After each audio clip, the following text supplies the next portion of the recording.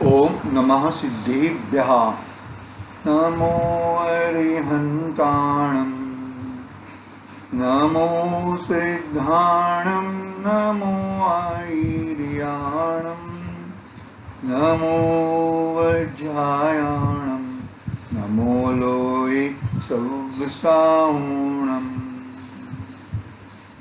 मंगलमय मंगलकरं वीतराग विज्ञान, नमो ताई जाते भई हरिहंतादि महान। हरि मंगल करि हूँ महान, ग्रंथ करण को काज, जाति मिले समाज सब, पामी निज पद दान। मिथ्या भाव भावती, जे प्रगटे निज पाव, जयवंत रहो, यही मोक्ष उपाय। चेतिले चेतन, चेत्या विना तेम छालसी।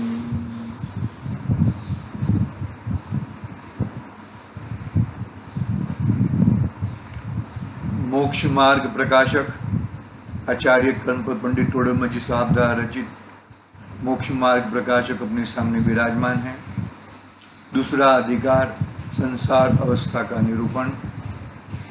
तो मोहनीय कर्म की समय में जीव की संसार अवस्था में कैसा स्वरूप रहता है, किस प्रकार का जीव पाया जाता है, क्या अवस्था रहती है, यानी कि हमारी तुम्हारी जिसको मोहनीय कर्म मौजूद है उसकी अवस्था कैसी होती है। अंदर अपने आप झांक लो, अपने आप को देख लो तो मालूम पड़ जाएगा कि किस तरह की अवस्था रहती है। मोहनीय कर्म के दो भेद कह दिए हैं, दर्शन मोहनीय और चारित्र मोहनीय। दर्शन मोहनीय यानी कि श्रद्धा का लुटेरा। श्रद्धा का लुटेरा यानी कि ये शब्द बोलने पड़ते हैं, लेकिन स्वयं खुद यदि उससे अपना ज्ञान भाव, अपना आनंद भाव, अपना चारित्र भाव, अपना श्रद्धा भाव जो देख ले तो वो लुटेरा नहीं रहेगा। वो तो लुटेरा बाहर है, तो जुड़ जाता है उसके साथ। श्रद्धा का लुटेरा यानी कि सबसे बड़ा लुटेरा।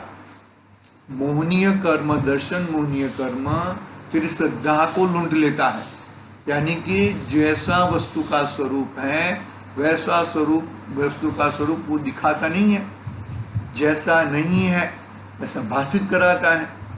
तो ये श्रद्धा का लुटेरा यानी कि सबसे बड़ा लुटेरा है।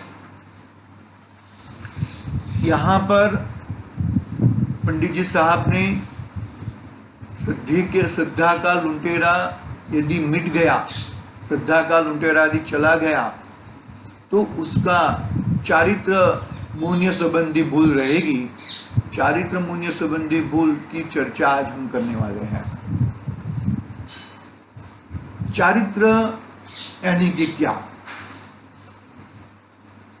चारित्र यानी कि जो तुझे मोहनी, दर्शन मोहनीय के अभाव में, जो वो तो एक समय के लिए मिला था और वो चीज, वही चीज बार बार उसमें ही स्थिरता करना। जो चीज मिली है ना, कौन सा चीज मिली है? जीव तत्व, आत्मा द्रव्य, आत्म वस्तु, वो जो मिली है उसके अंदर ही स्थिरता करना। क्या क्या बोले? जो दर्शन मोहनीय के अभाव में जो चीज हमें प्रकट हुई है उसमें स्थिरता करना है कि अपने जीव तत्व में, अपने ज्ञान स्वभाव आत्मा में, अपने ज्ञाता दृष्टा स्वभाव में स्थिरता करना। वहां वही, यही मैं हूं। यही मैं हूँ, वो तो श्रद्धा गुण की बात हो जाएगी। लेकिन उसमें ही रहना, ये मतलब इसमें ही रहना। बाहर का आनंद, क्रोध में आनंद, मान में आनंद, वो तो कषाय भाव है भाई। उसमें आनंद कैसे हो सकता है? कषाय में आनंद हो सकता है क्या? नहीं हो सकता। कषाय में आनंद लेना वो चारित्र मुनि की दयनीय अवस्था है, और अपने आत्मा में ही आनंद लेना वो चारित्र गुण की अवस्था है। श्रद्धा गुण की विपरीत अवस्था क्या? मिथ्यात्व। श्रद्धा गुण की सवरी अवस्था क्या? सम्यक्त्व। बरोबर है। तो चारित्र मुनि की उल्टी अवस्था क्रोध मान माया लोभ। चारित्र की, चारित्र मुनि की नहीं, चारित्र की। और चारित्र की सीधी अवस्था यानी कि सही अवस्था। चारित्र की सही अवस्था यानी कि अपना आत्मस्वरूप में स्थिरता करना। ठीक है।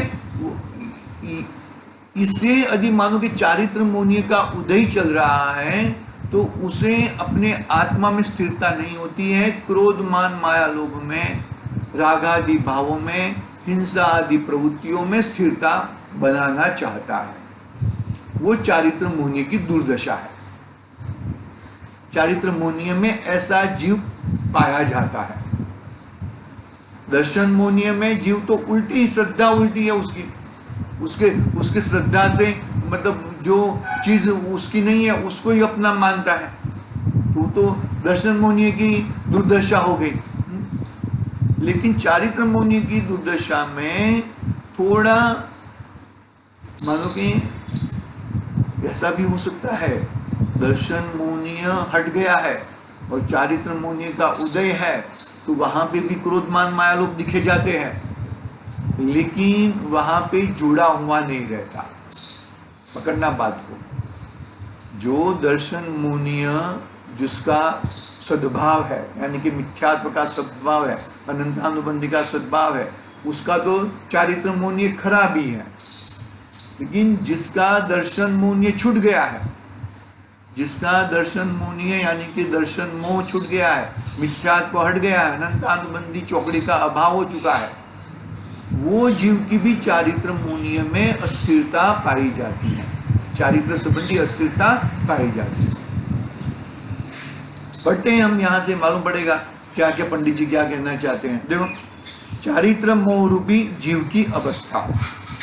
जब चारित्र मोह के उदय से इस जीव को कषाय होता है, तब यह देखते जानते हुए भी पर पदार्थों में इष्ट अनिष्टपना मानकर क्रोधादि करता है। क्या करता है? क्रोधादि करता है। जब चारित्र मुनि के उदय से इस जीव को कषाय भाव होता है, क्या होता है? कषाय भाव होता है।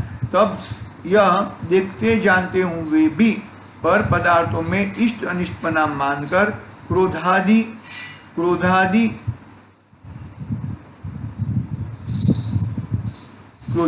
करता है। पर पदार्थों में चारित्र मुनि की उदय की ये दयनीय अवस्था है। पर पदार्थों में इष्ट अनिष्टपना मानकर। देखो, ये समझना बात को। दर्शन मुनि जो हट गया है, जिसने सम्यक्त्व की प्राप्ति की है, चतुर्थ गुणस्थानवर्ती जीव है, वो ऐसी दयनीय अवस्था 6 मास तक रह सकती है। यदि 6 मास के बाद भी रही तो उसका सम्यक्त्व निकल जाएगा। पंचम गुणस्थानवर्ती जीव की ऐसी अवस्था 15 दिन तक हो सकती है, लेकिन 15 दिन के बाद यदि ऐसा रहा तो वो 15 पंचम गुणस्थान से चतुर्थ गुणस्थान में आ जाएगा। और छठे 7वें गुणस्थान में झूलते मुनिराज, उनकी ऐसी दयनीय अवस्था यानी कि संजरण कषाय संबंधी अवस्था, संजरण कषाय संबंध का तीव्र उदय एक अंतर्मुहूर्त तक रह सकता है। यदि वो उससे ज्यादा हो गया तो उनका गुणस्थान छठे गुणस्थान से सीधे 5वें गुणस्थान में आ सकते हैं, चौथे गुणस्थान में जा सकते हैं।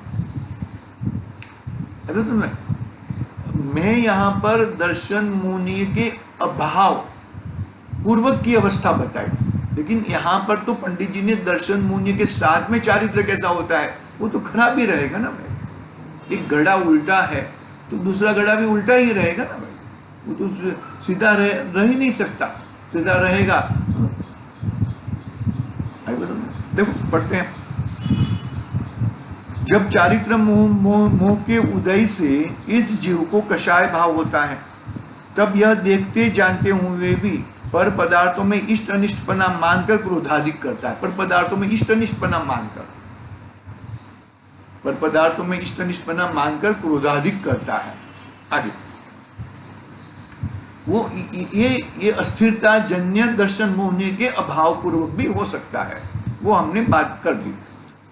वहां क्रोध का उदय होने पर पदार्थों में अनिष्टपना मानकर उनका बुरा चाहता है। वहां क्रोध के उदय होने पर पदार्थों में अनिष्टपना मानकर, ये मेरा बुरा करने वाला है, ये मेरी बात नहीं मानता है, मैं उसको कहता हूं ऐसा, वो समझता नहीं है, तो बुरा मानकर, अनिष्टपना मानकर बुरा चाहता है। कोई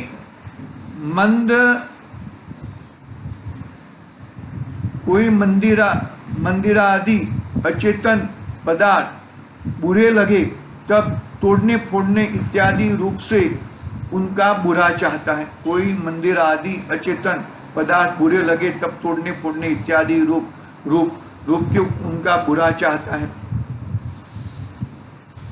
तथा शत्रु आदि सचेतन पदार्थ बुरे लगे तब उन्हें वध बंधन आदि या मारने से दुख उत्पन्न करके उनका बुरा चाहता है। तथा आप स्वयं अथवा अन्य सचेतन अचेतन पदार्थ किसी प्रकार परिणमित हुए, अपने को एक परिणाम बुरा लगा तब अन्यथा परिणमित करा के उस परिणमन का बुरा चाहता है। इस प्रकार क्रोध से बुरा चाहने की इच्छा तो हो, बुरा होना भवितव्य आधीन है। क्या कहा, देखो ये पैराग्राफ में बहुत अच्छी बात बताई पंडित जी ने। क्रोध का उदय होने पर पदार्थों में अनिष्टपना मानता है और उसका बुरा करना चाहता है। अरे मंदिर आदि अचेतन पदार्थ बुरे लगे तब तोड़ने फोड़ने इत्यादि रूप उनका बुरा चाहता है ना। उस समय में जो पंडित जी थे तब उस समय में ऐसी परिस्थितियां थी, मुगल साम्राज्य था वगैरह सब थे, तो ये सब ऐसी परिस्थितियां बनती थी वहां पर। अरे ये सब गड़बड़ करते हैं, चलो तोड़ो उनके मंदिर है, ऐसा।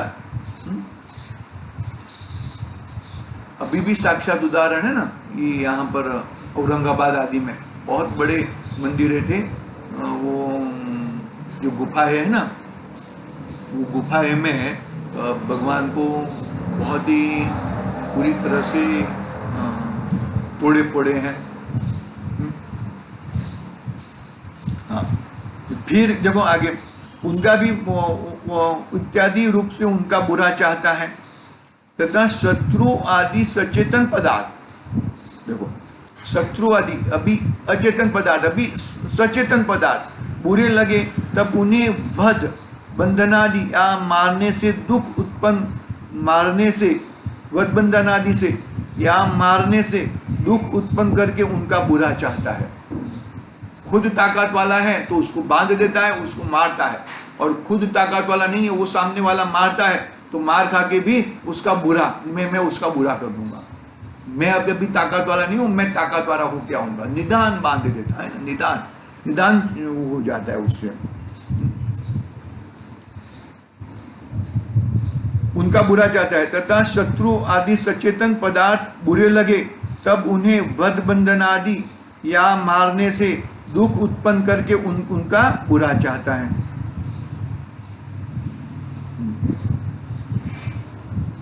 शत्रु आदि सचेतन पदार्थ बुरे लगे तब उन्हें वध बंधन आदि या मारने से दुख उत्पन्न करके उनका बुरा चाहता है।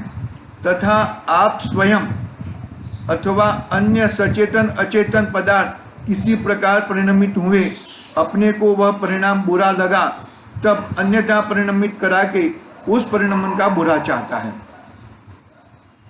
तथा आप स्वयं अथवा अन्य सचेतन अचेतन पदार्थ किसी प्रकार परिणमित हुए, अन्य सचेतन और अचेतन पदार्थ किसी प्रकार परिणमित हुए, अपने को वह परिणमन बुरा लगे, तब अन्यथा परिणमित करा के उस परिणमन का बुरा चाहता है। मेरे रूप परिणमन नहीं करते हैं, तुम्हारा बुरा होएगा, फलाना होएगा, वो होएगा, इस तरह का उसका बहुत ही गड़बड़ तरीके से चलता है। तो इस प्रकार क्रोध से बुरा चाहने की इच्छा तो हो, बुरा होना तो भवितव्य आदि है। मैंने क्रोध किया और सामने वाला क्रोधित हो या ना हो, वो तो उसके अधीन है, लेकिन मेरे में क्रोध पैदा हो गया, आई बस में पकड़ में आ रही, भवितव्य अधीन है। इस प्रकार क्रोध से बुरा चाहने की इच्छा तो हो, कि बुरा होना भवितव्य अधीन है। बुरा हो या ना हो, वो तो उसके अधीन है। देखो मैंने अपशब्द बोला, तो अपशब्द तो मेरे अंदर तो क्रिएट हो चुके, लेकिन मैंने अपशब्द बोले, उसने वो अपशब्द लिए कि नहीं लिए, उसके ऊपर डिपेंड है। भवितव्य अधीन है भैया, बहुत जबरदस्त बात है। आगे मान का 4 कषाय होगा है उसमें देखो, तथा मान का उदय होने पर पदार्थ में अनिष्टपना मानकर उसे नीचा करना चाहता है, स्वयं ऊंचा होना चाहता है। मल धूल आदि अचेतन पदार्थों में घृणा तथा निरादर आदि से उनकी हीनता, अपनी उच्चता चाहता है। मल धूल आदि अचेतन पदार्थों में घृणा तथा निरादर आदि से उनकी हीनता, अपनी उच्चता चाहता है। तथा पुरुषाधिक सचेतन पदार्थों को झुकाना, अपने अधीन करना इत्यादि रूप से अपनी हीनता, उनकी उच्चता चाहता है। क्या कहा देखो, स्वयं ऊंचा रहता है। मल धूल आदि अचेतन पदार्थों में घृणा करके तथा निरादर आदि से उनकी हीनता, अपनी उच्चता बताता है, उच्चता चाहता है। एक बात, तथा पुरुषाधिक सचेत पदार्थों को झुकाना, पुरुषादि सचेत पदार्थों को झुकाना, अपने अधीन करना इत्यादि रूप से अपनी हीनता, उनकी उच्चता चाहता है। तथा स्वयं लोक में जैसे उच्च दिखे वैसे श्रृंगार आदि करना तथा धन खर्च करना इत्यादि के रूप से औरों को हीन दिखाकर स्वयं उच्च होना चाहता है। तथा अन्य कोई अपने उच्च कार्य करे, उसे किसी उपाय से नीचा दिखाता है, और स्वयं नीचा कार्य करे उसे उच्च दिखाता है। इस तरह की बातें कषाय में, क्रोध में यह जीव करते रहता है। क्रोध में अपना बुरा करता है, स्वयं का भी बुरा चाहता है। मान में मैं ऊंचा हूं, ये सब नीचे हैं। किस प्रकार के, किसी भी प्रकार से कोई तरीके से मैं कुछ अलग दिखना चाहूं, इन सब से मैं कुछ अलग तर क्या हूं, इस तरह की क्रियाएं करते रहता है। फिर आगे, इस प्रकार मान से अपनी महंतता की इच्छा तो हो, लेकिन महंतता तो होना भवितव्य के अधीन है। सब कुछ भवितव्य के अधीन है। तुम चाहे मैंने इतना मुझे मान मिलना चाहिए, लेकिन वो मान मिले या न मिले वो भवितव्य के अधीन है। आगे माया का और फिर लोभ का, यहाँ तक 2 पैराग्राफ में पढ़ लेते हैं। तथा माया का उदय होने पर किसी पदार्थ को इष्ट मानकर नाना प्रकार के छलों द्वारा उसकी सिद्धि करना चाहता है। रत्न सुवर्ण आदि अचेतन पदार्थों की तथा स्त्री दासी दासादि सचेतन पदार्थों की सिद्धि के अर्थ अनेक छल करता है। ठगने के अर्थ अपनी अनेक समस्या करता है। तथा अन्य अचेतन सचेतन पदार्थों की अवस्था बदलता है इत्यादि रूप छल से अपना अभिप्राय सिद्ध करना चाहता है। छल से मतलब कैसा भी करके उनको मैं अपना बना लूं, आई बात समझ में? ठीक है। इस प्रकार माया से इष्ट सिद्धि के अर्थ छल तो करे, परंतु इष्ट सिद्धि होना भवितव्य अधीन है। एक ही जवाब सबके लिए दे दिया। फिर लोभ, तथा लोभ का उदय होने पर पदार्थों का इष्ट मानकर उनकी प्राप्ति चाहता है। वस्त्राभरण, धन धान्य आदि अचेतन पदार्थों की तृष्णा होती है, तथा स्त्री पुत्र आदि चेतन पदार्थों की तृष्णा होती है, तथा अपने को या अन्य सचेतन अचेतन पदार्थों को कोई परिणमन होना इष्ट मानकर उन्हें इस परिणमन स्वरूप परिणमित कराना चाहता है।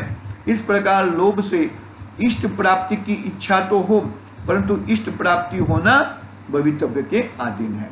यहाँ तक चार कषाय की बात की है। पहले मेन तो चार कषाय, मेन दर्शन मोह है।